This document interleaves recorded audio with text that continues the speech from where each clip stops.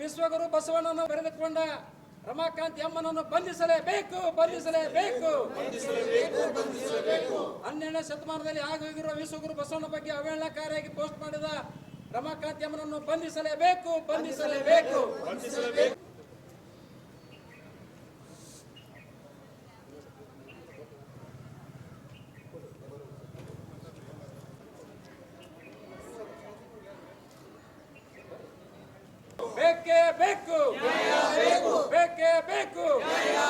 ಬಸವಾದಿ ಶರಣನ್ನು ಹೀಯಾಳಿಸಿದ ರಮಾಕಾಂತ್ ಎಮ್ಮನನ್ನು ಬಂಧಿಸಲೇಬೇಕು. ಅಯ್ಯಯ್ಯೋ ಸಮಾಜಘಾತಕರನ್ನು ಬಂಧಿಸಲೇಬೇಕು.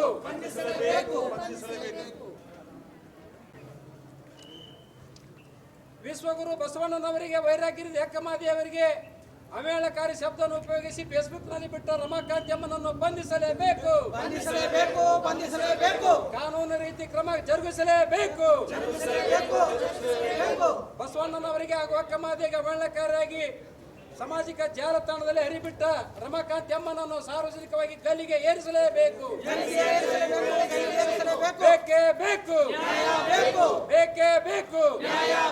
ಬಸವಾದಿ ಶಿವಶರಣರನ್ನು ಅವಮಾನ ಮಾಡಿದ ರಮಾಕಾಂತ್ ಎಮ್ಮನನ್ನು ಬೇಕು.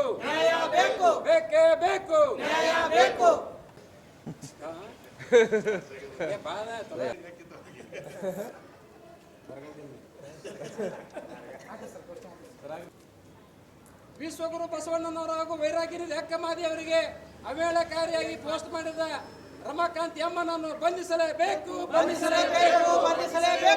ಬಸವಾದಿ ಶಿವಶರಣರನ್ನು ರಮಾಕಾಂತ್ ಎಮ್ಮನನ್ನು ಗಲ್ಲಿಗೆ ಏರಿಸಲೇಬೇಕು.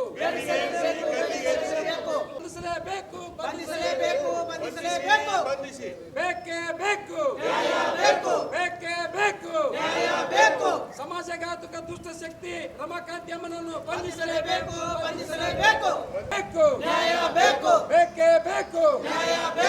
ರಮಾಕಾಂತ್ ಎಮ್ಮನನ್ನು ಸಾರ್ವಜನಿಕವಾಗಿ ಗಲ್ಲಿಗೆ ಏರಿಸಲೇಬೇಕು.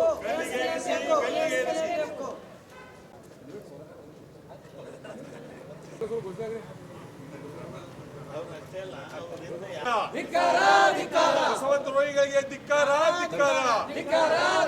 ಶರಣರ ದುಷ್ಟಗೆ ಧಿಕ್ಕಾರ, ಶರಣರನ್ನು ದೇಶದ ಧಿಕ್ಕಾರ. ಬಂಧಿಸಿ ಶರಣರನ್ನು ಅವಹೇಳನ ಮಾಡಿದ ರಮಾಕಾಂತನನ್ನು ಬಂಧಿಸಿ. ಶರಣರನ್ನು ಅವಹೇಳನ ಮಾಡಿದ ರಮಾಕಾಂತನನ್ನು ಬಂಧಿಸಿ. ಬೇಕೇ ಬೇಕು. ಶರಣರನ್ನು ನಿಂದಿಸಿದ ರಮಾಕಾಂತನನ್ನು ಬಂಧಿಸಿ. ಶರಣರನ್ನು ಅವಹೇಳನ ಮಾಡಿದ ರಮಾಕಾಂತನನ್ನು ಜೈಲಿಗಟ್ಟಿ.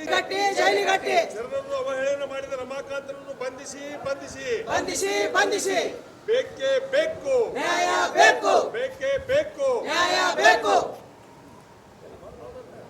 ಶರಣರನ್ನು ಅವಹೇಳನ ಮಾಡಿದ ರಮಾಕಾಂತನನ್ನು ಬಂಧಿಸಬೇಕು. ಶರಣರನ್ನು ಅವಹೇಳನ ಮಾಡಿದ ಎಂ ರಮಾಕಾಂತನನ್ನು ಬಂಧಿಸಬೇಕು.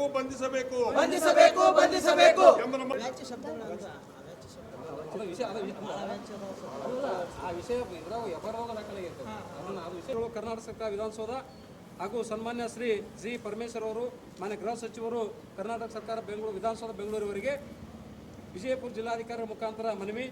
ವಿಷಯ: ವಿಶ್ವಗುರು ಬಸವಣ್ಣನವರು ಹಾಗೂ ಶರಣೆ ಅಕ್ಕಮಹಾದೇವಿಯ ಕುರಿತು ಕೀಳುಮಟ್ಟದ ಭಾಷೆಯಿಂದ ಅಶ್ಲೀಲವಾಗಿ ಬರೆದು ಸಾಮಾಜಿಕ ಜಾಲತಾಣದಲ್ಲಿ ಹರಿಬಿಟ್ಟ ವ್ಯಕ್ತಿಯ ಮೇಲೆ ಕಾನೂನು ಕ್ರಮ ಜರುಗಿಸುವ ಕುರಿತು ಮಾನ್ಯ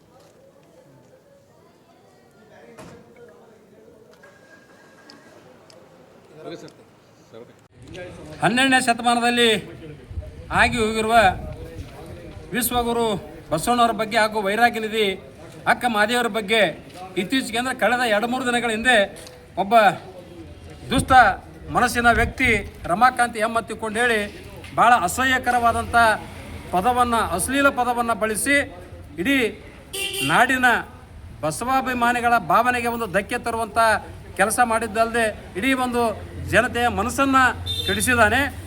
ಈ ಕುರಿತು ನಾವು ಬಸವನ ಬಾಗೇವಾಡಿ ಪೊಲೀಸ್ ಠಾಣೆಯಲ್ಲಿ ಅವನ ಮೇಲೆ ಒಂದು ಕ್ರಿಮಿನಲ್ ಪ್ರಕರಣವನ್ನು ದಾಖಲು ಮಾಡಿದ್ದಾಗಿದೆ. ಈ ಒಂದು ಘಟನೆ ನೆನೆಸ್ಕೊಂಡ್ರೆ ಭಾಳ ಒಂದು ಆಕ್ರೋಶ ಆಗ್ತದೆ ಮನಸ್ಸಿಗೆ. ಅಂಥ ಒಂದು ಅಶ್ಲೀಲ ಪದಗಳನ್ನು, ಭಾಳ ಕೀಳು ಮಟ್ಟದ ಭಾಷೆಯನ್ನು ಅವನು ಬಳಸಿದಾನೆ. 12ನೇ ಶತಮಾನದಲ್ಲಿ ಬಸವಣ್ಣವರು ಸಮಾನತೆ ಸಲುವಾಗಿಯೇ ಹೋರಾಟ ಮಾಡಿ ದೊಡ್ಡ ಕ್ರಾಂತಿಯನ್ನು ಮಾಡಿದವರು, ಸಕಲ ಜೀವಾತ್ಮರಿಗೆ ಲೇಸನ್ನು ಬಯಸಿದವರು, ಎಲ್ಲರೂ ನಮ್ಮವರು ತಿಳ್ಕೊಂಡು ಒಪ್ಪಿಕೊಂಡಿರೋರು. ಅಂಥ ಒಬ್ಬ ಮಹಾತ್ಮರಿಗೆ ಇಂಥ ಒಂದು ಕೀಳು ಭಾಷೆಯನ್ನು ಉಪಯೋಗ ಮಾಡಿ ಇವರು ಫೇಸ್ಬುಕ್ನಲ್ಲಿ ಹಚ್ಕೋತಾರಪ್ಪ ಅಂದ್ರೆ ಇವನು ಮಾನ ಮರ್ಯಾದೆ ಅದು ಇಲ್ಲೋ, ಮನುಷ್ಯತ್ವ ಅದ, ಮನುಷ್ಯರು ಹುಟ್ಟಾನ ಅದಕ್ಕೆ ಹುಟ್ಟಾನಿವ, ತನಗೇನು ಅನ್ಯಾಯ ಆಗಿತ್ತು ಅಂದ್ರೆ ಸಾಮಾಜಿಕವಾಗಿ ಹಂಚ್ಕೊಳ್ಳೋದ್ರೆ ಕೂತ್ಕೊಂಡು ಚರ್ಚೆ ಮಾಡಲಿ. ಇವಾಗೇನು ಯಾವ ಸಮಾಜದ ಅನ್ಯಾಯ ಆಗ್ಯದ ಅನ್ನೋದು ಬಸವಣ್ಣವ್ರದ್ದು 9 ವರ್ಷ ಆಚೆ ಇರ್ತಕ್ಕಂಥವ್ರು ಇವ್ನಿಗೆ ಏನು ಅಂಥದ್ದು ಅನ್ಯಾಯ ಮಾಡ್ಯಾರವರು, ಯಾವ ಕಾರಣಕ್ಕಾಗಿ ಇದು ಕೇವಲ ಇವನು ಅಷ್ಟೇ ಬುದ್ಧಿಯಿಂದ ಮಾಡಿದನೋ ಅಥವಾ ಹಿನ್ನೆಲೆ ಯಾರು ಇದಕ್ಕೆ ಕುಮ್ಮಕ್ಕದ ಬಗ್ಗೆ ಸಂಪೂರ್ಣ ತನಿಖೆ ಆಗಬೇಕು. ಈಗಲೇ ನಾವು ಮಾನ್ಯ ಮುಖ್ಯಮಂತ್ರಿಯವರಿಗೆ ಮತ್ತು ಗೃಹ ಸಚಿವರಿಗೆ ಮಾನ್ಯ ಜಿಲ್ಲಾಧಿಕಾರಿಗಳ ಮುಖಾಂತರ ಮನವಿಯನ್ನು ಕೊಟ್ಟಿದ್ದೇವೆ. ಒಂದು ವೇಳೆ ರಾಜ್ಯ ಸರ್ಕಾರ ಎಚ್ಚೆತ್ತುಕೊಳ್ಳದೇ ಇದ್ದರೆ ನಾವು ಇಡೀ ನಾಡಿನ ಬಸವಾಭಿಮಾನಿಗಳು ಉಗ್ರವಾದಂಥ ಹೋರಾಟ ಮತ್ತು 12ನೇ ಶತಮಾನದಲ್ಲಿ ಬಸವಣ್ಣವರು ಏನು ಕ್ರಾಂತಿ ಮಾಡಿದ್ದಾರೆ ಆ ಕ್ರಾಂತಿ ವಿಜಯಪುರ ಜಿಲ್ಲೆಯಿಂದ ಪ್ರಾರಂಭ ಮಾಡಬೇಕಂತ ತಿಳ್ಕೊಂಡು ನಾವು ಈ ಸಂದರ್ಭದಲ್ಲಿ ಎಚ್ಚರಿಕೆಯನ್ನು ಕೊಡ್ತಾ ಇದ್ದೇವೆ.